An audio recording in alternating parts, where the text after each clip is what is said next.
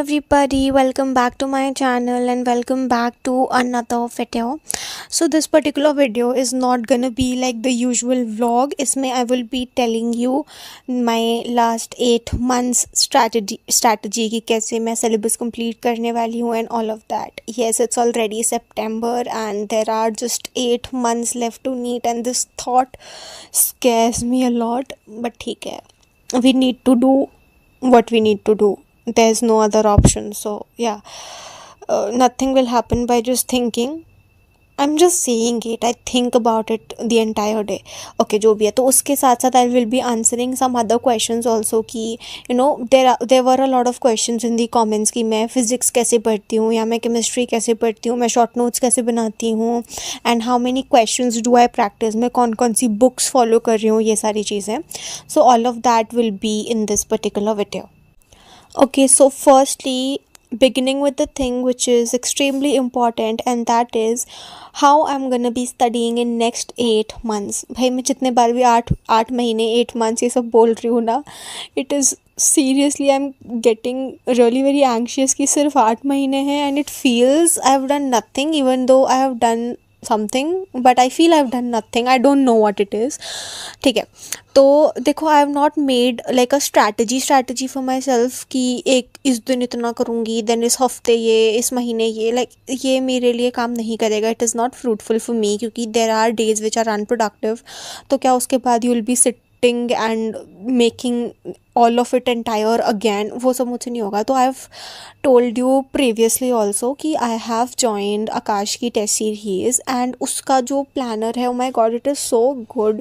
Like मैं ना उसके और एक और टेस्ट सीरीज़ के बीच में बहुत कंफ्यूज हो रही थी इनिशियली कि मैं कौन सी लूँ, but I am so thankful that I took this one.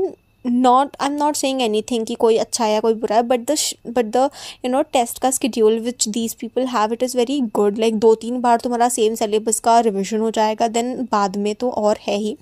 So basically इनका जो स्केड्यूल है उसके हिसाब से जनवरी में the syllabus will get over, but I can not like have that much confidence खुद पर कि मैं हर दिन बहुत अच्छे से करके बिल्कुल ही जनवरी तक ख़त्म कर लूँगी. तो आई एम सेटिंग कि एटलीस्ट 15 या फिर मिड फेब तक तो मैं कर लूँ अपना सिलेबस कंप्लीट.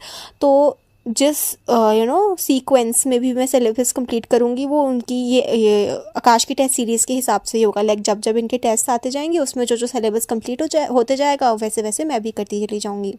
तो इवेंचुअली मेरा सिलेबस भी कंप्लीट हो जाएगा एंड ऑब्वियसली उसमें रिविजन्स भी बीच बीच में हैं ही. तो फिर जब मिड फेब या फेब तक मेरा सिलेबस कंप्लीट होगा उसके बाद आई will be starting revisions.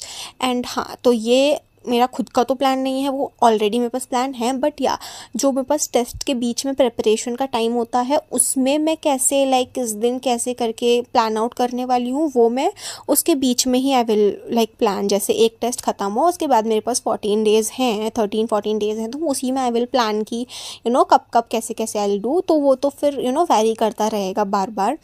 So this is रफली with what I have thought of doing. I don't know if it is 100% correct और anything, and I don't even suggest anybody to follow me because I am not the right person to be followed because I have not cracked NEET. I'm not even near to it, I guess, and nobody should follow me. If you want you can, because I think I'm gonna be doing this. So yeah, that was about this particular thing.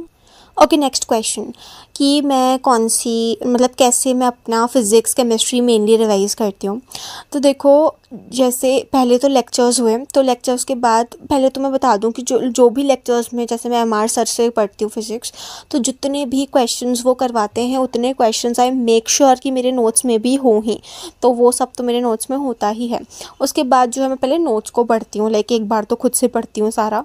उसके बाद मैं बंद करके जितना कुछ पढ़ा है वो खुद से ऐसे किसी को इमेजिन करके कि मेरे इमेजिनरी बहुत सारे स्टूडेंट्स हैं उनको पढ़ाने का ट्राई करती हूँ because it helps me. And फिर जो भी क्वेश्चंस होते हैं नोट्स के उसको फर्स्ट टाइम तो मैं वो सारे ही करती हूँ and I mark the questions जो इम्पॉर्टेंट हो या किसी में कुछ नया कॉन्सेप्ट हो, बिल्कुल ही नए कोई क्वेश्चन हो या मुझसे नहीं हुए, उन सबको मैं मार्क कर लेती हूँ ताकि जब मैं सेकेंड या थर्ड रिविजन्स करूँ तो मैं सिर्फ उन क्वेश्चंस को देख लूँ या कर लूँ.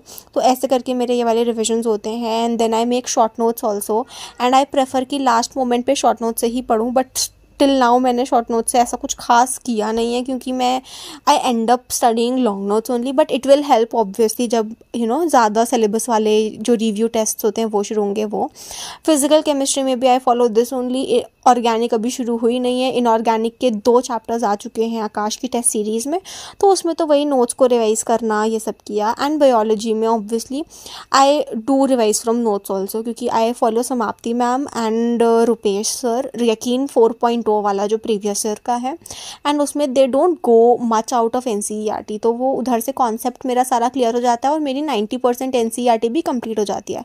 बट वो जो लाइन बाय लाइन होता है, for that I just read NCERT की books also, because at the end that is only important, we all know. Okay, तो रिविजन्स का हो गया। अब जो नेक्स्ट चीज़ है वो ये है कि लाइक मैं कौन कौन सी बुक्स करती हूँ या क्वेश्चंस कैसे कैसे करती हूँ। तो देखो, बुक्स तो ऐसा कुछ नहीं है कि बहुत सारी मैं कर ले रही हूँ।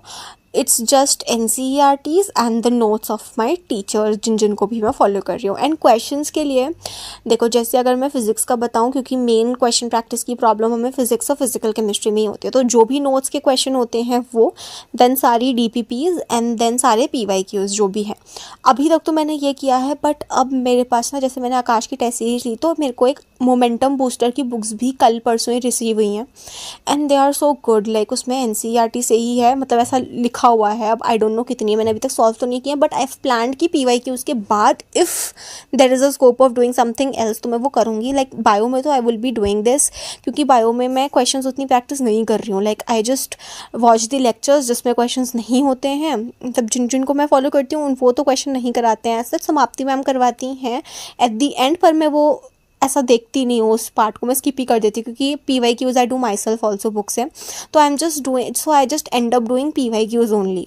तो इसीलिए मैं उसके तो क्वेश्चन बैग लगाऊंगी ही, एंड केमिस्ट्री के लिए भी लगाऊंगी। फिजिक्स के लिए आई एम नॉट श्योर, क्योंकि MR sir is great. Like उनके नोट्स में इतने क्वेश्चंस ऑलरेडी होते हैं कि you don't need to go out of it, but अगर कोई मेरा वीक टॉपिक होगा तो शायद मैं उसमें बाहर से भी क्वेश्चंस करूँ।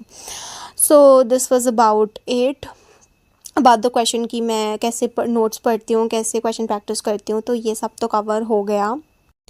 Yeah, so I guess that's it. I cannot remember of more questions right now जो कि relevant हो इस point पे, क्योंकि मैं कुछ ऐसे लेकर नहीं बैठी हूँ. It was just inside me, और जो मुझे याद था कि बहुत दिख रहा है, and I spoke it here. And more than telling you guys, it was actually inside me, and I wanted to bring out all what I was feeling, and I wanted you also to comment below कि तुम्हें भी stress हो रहा है कि नहीं, और तुम लोग कैसे प्रोसीड करने वाले हो, और कुछ भी अगर तुम्हें सजेशन हो कि मैं क्या वीडियोस लाऊं तो उसके लिए भी you can comment down. So yeah, that's it for the video. Please like, comment, share and subscribe. Thanks for watching.